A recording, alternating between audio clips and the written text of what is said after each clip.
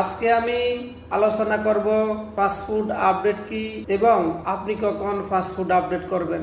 আপনি দেশে অথবা বিদেশে যেখানেই নতুন পাসপোর্টটি তৈরি করে থাকেন না কেন, আপনি যে দেশে অবস্থান করতেছেন ওই দেশের সিস্টেমে নতুন পাসপোর্টটি তথ্য উপাত্ত যোগ করতে হবে।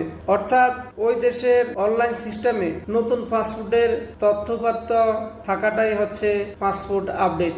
আপনি নতুন পাসপোর্টটি যদি আপডেট না দেন তাহলে ভিসা লাগানোর ক্ষেত্রে, সিপিআর অথবা আইডি কার্ড তৈরির ক্ষেত্রে এবং আপনার ভ্রমণের ক্ষেত্রে জটিলতা সৃষ্টি হতে পারে। তাই আপনি পাসপোর্ট তৈরি করার সাথে সাথে আপনার পাসপোর্টটি আপডেট করে নেবেন।